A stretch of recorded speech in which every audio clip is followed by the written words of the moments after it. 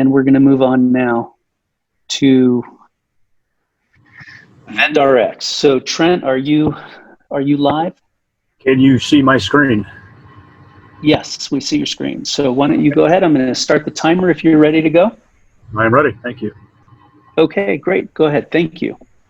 All right. Good evening, everyone. Thank you. My name is Trent Jeffries, the CEO of VendRX, and we are really focused on innovating the prescription fulfillment experience. To give you a little notice on, let me make sure I can advance. Is my screen advancing? There we go. Quick introduction to VendRX. We've been around for several years. If you see the center picture there, our flagship product is a patient-facing dispensing system that automatically now deployed in physician.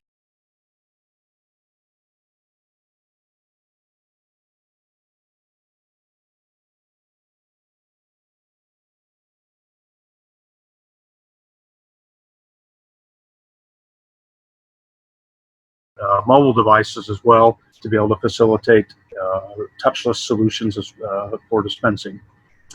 But their big issue is prescription fulfillment. As you may well know, 1 out of 3 new prescriptions are abandoned. It can be as high as 50% in the emergency rooms. And it's not specifically an issue that's tied directly to the patient. There are factors that are also involved in the provider as well. And in the end, what we're really looking for is to drive increased adherence. Again, make sure the medicine is delivered to the patient. And in that process, in our experience, we've developed a few what we term as axioms, some key things that are critical to be able to address. Axiom 1, patients want convenience, but they don't always know where or how to get that. And that may vary by patient, or even that may vary from time to time that a patient may have. So you can't have a constant solution. It needs to be variable for that particular patient. They also want the best value. And we see that evident in the marketplace. Approximately 40% of patients now are going to solutions like GoodRx or other things to be able to find value that they can be able to get.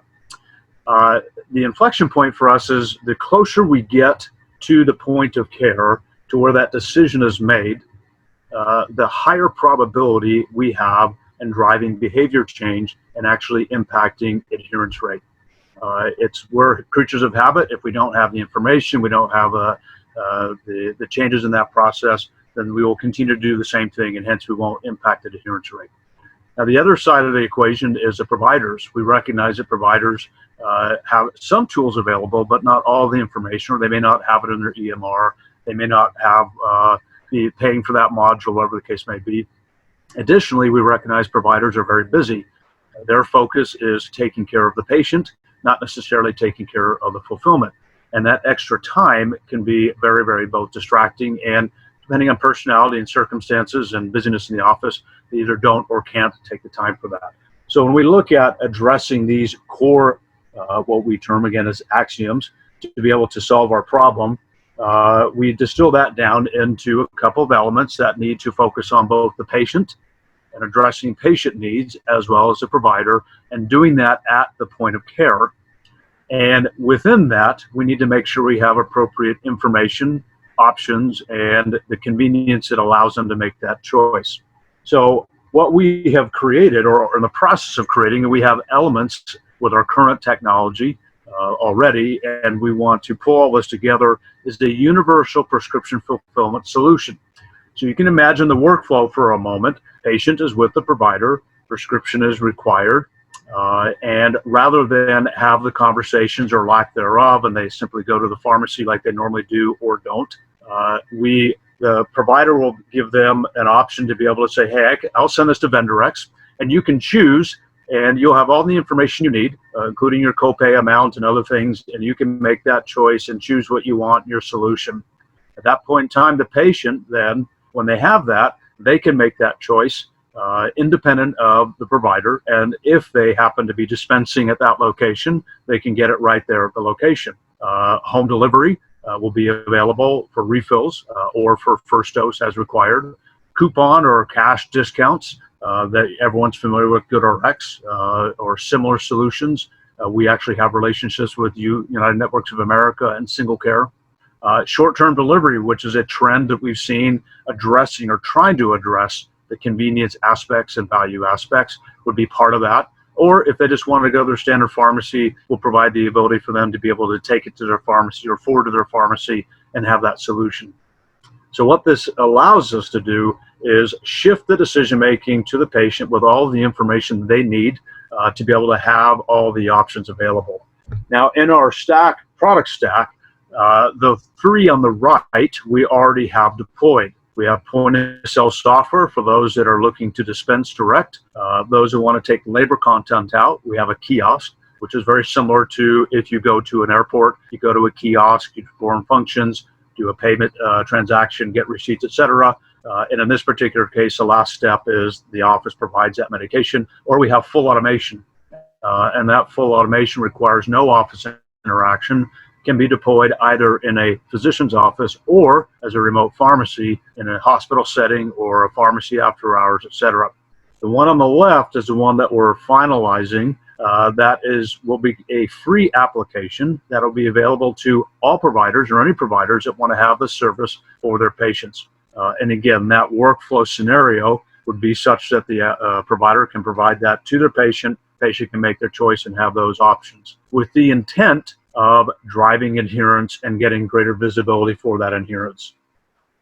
Did I just lose my, can you still see my, We don't see the presentation anymore. We see your home screen, which is very upsetting to me. There's a lot of stuff going on there. There we go. Zui, can you okay. Stop your presentation? Okay. What makes us different? I presume you can see our screen now at this point in time. Differentiation. Can you see my screen? Not yet. Try it again. No, just I see your video. I don't get your screen. Let me see if I can.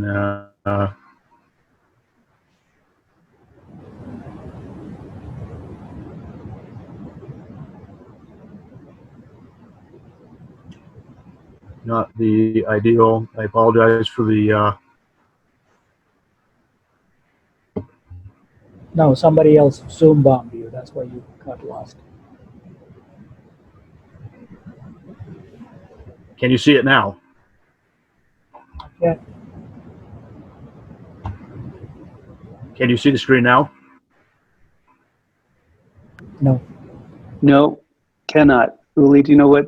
Can you give him any advice? I don't know.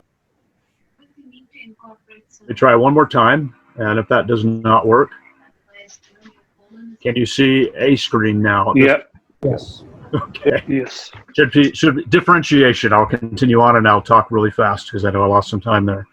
What makes us unique, as I've talked about, those are full automation, labor pieces, and comprehensive solution, and more importantly, the touchless solutions which we've deployed at this point in time.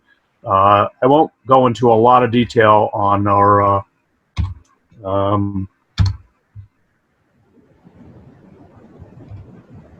patient experience, other than the fact that they love us. It's almost exclusively 5 out of 5 every time they've had this. They have this experience. They love the experience.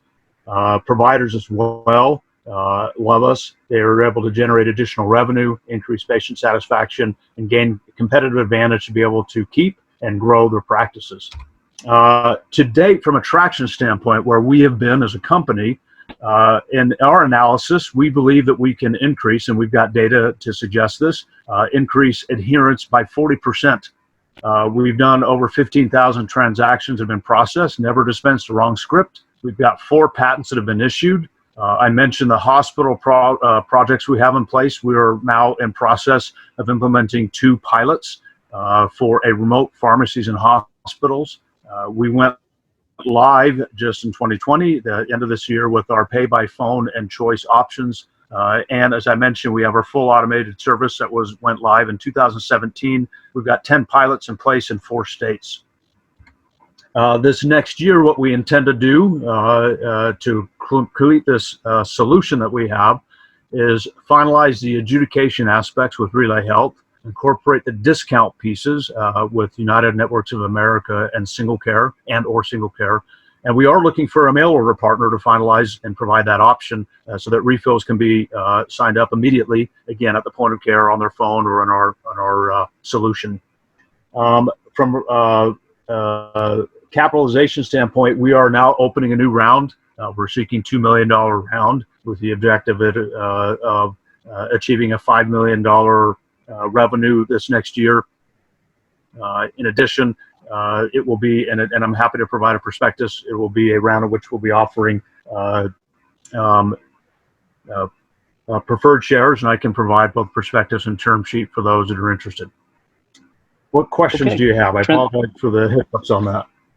Yeah, that's okay. I think that it was just one of those things. Did you have enough time? You could take a couple extra seconds if there's anything you wanted to mention. I'm good. What we tend to find is, I'm happy to answer questions, is what may seem intuitive on the surface, hey, we can dispense direct to patients, but we can do more than that. We can answer and provide the value that they need, so that we want to drive all patients to this so that we can essentially become a switch for their decision-making at the point of care.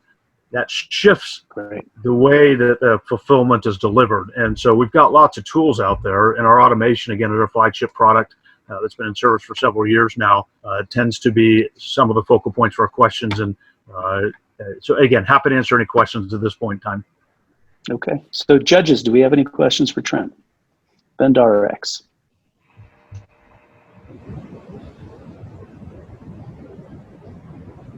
How quickly, Trent, how quickly do you get a return on investment per machine? It would seem as though it's a fairly expensive startup for each deployment. And that's one of the so if we look at our full automated system, and we have different methods of doing that, several of our implementations, we sell those on the front end, and so we immediately make money on that. And then we have a recurring revenue model based on transactions or SaaS fee that we continue to generate revenue. So when we do the hardware portions of it, we tend to make money on the front end. So it's not necessarily an issue for return on investment for us. For the physician, however, they typically will make that back within 6 to 12 months, depending on how they structure the purchase of that and the amount of volume that they do. And so from a revenue standpoint, it can be very enticing for them. Okay. So, Chris, you want to go ahead and ask your question? The big girls, you can come in here and ask me yourself. I'm sorry, Chris, say again? Gary, you should mute, Gary. Said, any specific competitors, and what about Amazon trying to get into this sort of home delivery space? Yeah, so two pieces, competitors. There are competitors for the automation portion. There's a company called MedAvail and Instameds that have competing automation. However, there are no known competitors that we're aware of where we pull all of those pieces together and provide the solution to the patient at the point of care. And so there's components of that. We haven't seen anyone that pulls it all together. With regards to Amazon, we're ecstatic that Amazon is entering the marketplace. They could very well become a partner. In fact, we're seeking opportunities to be able to talk with them, because what we do is we provide the switch and feed, whether it's Amazon or Walmart or whoever else, for home delivery. Again, Amazon is nothing more than another vehicle for prescription fulfillment via home delivery, which all the big boys are all doing now anyway. And so all they're going to do is slice up the market share and confuse it even more for patients, whereas we believe we can help add clarity to that. And if they become one of our partners, we'll be able to feed them that and monetize that feeding to them. So, are you done, Chris? I have a quick question. So with that said, this is Gary. Is your model, I mean, your model right now would be, I guess you'd call it B2B, because you're going to the consumer through the provider. But if you were to go down that path, are you also, is one aspect of your sales cycle / revenue stream B2B, where you're the intermediary between them and an Amazon or a Walgreens or a CVS? So I'm trying to Correct. figure that out. Yeah. Yes, that correct. That is a correct assessment. We're providing a solution now. If you remember the slides where we looked at our product stack, one of those is going to be a free service. Again, a B2B service that provides that service. And again, we monetize on different choices that are made by the patient. We can monetize different directions they go. Again, invisible to them. They don't see that. And these are all current pathways that have been monetized already in different forms or fashion. We're pulling them together and putting it in a new location. Trent, we have a question from Femi in the audience who asks, are you able to track patient adherence, and do PCPs have visibility into the follow-on prescriptions that patients have, or no? Great question. And one of the things, I'm glad you asked that, because again, our focus is adherence. And the answer to that is yes. Not only, and one of the reasons why we've shifted to driving, for lack of a better word, all patients to a solution, and whether they get it in the office, whether they get it elsewhere, it really doesn't matter to us. But what that allows us to do is, for that provider, get visibility on those choices and the direction they go. And we have feedback tools and mechanisms where they can actively look and see whether or not they have fulfilled that transaction, or whether they made choices to go execute that transaction. And then down the road, we'll pull in data which will feed back into that. But we do have adherence tools and reports that allow them to look at that and actively manage, from a caseworker standpoint, patients that didn't make a choice, that left without getting it, or other things. And that gives some really powerful tools to the provider to ensure that they are actually getting the medication. Okay, great. Well, thank you very much for that. Uli, if we could deploy the poll for VendRX, we'll have 1 minute to fill that out. And then we are more than the home stretch. We have 3 companies left. Thank you, everybody, for staying with us. I know it does get a little bit tiring, but these are such great companies, and this is innovation. This is what we're all excited about. So I really appreciate your staying with us. Oh, there's the poll, so go ahead and fill that out. We have 1 minute. I wanted to offer to the startups, if you guys could be good enough to post in the HOVA app, you can post your slide deck, you can post any materials that you'd like to share, and then anybody who's interested can go back and review them whenever they want. So if you have a slide deck, if you have an executive summary, obviously I wouldn't put confidential things there, but it might be a nice way to, continue conversations with potential investors or advisors. One of the exciting things, as we have 30 seconds left in this polling, for us as venture capitalists who are also clinicians, and we have our network, the Global Health Impact Network, is the marrying of clinicians and clinicians who want to start doing other things, get involved in innovative practices, is bringing them together with startups like these. Sometimes it's just an ad hoc conversation. Sometimes it can bloom into an outright relationship. So lots of opportunities there. So good. So we have our results here. I'm just going to write them down, and then we will move on. Bear with me. One disclosure, I am an angel investor in VendRX.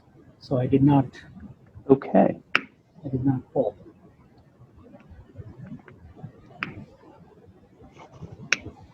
Look at the integrity the system has, people.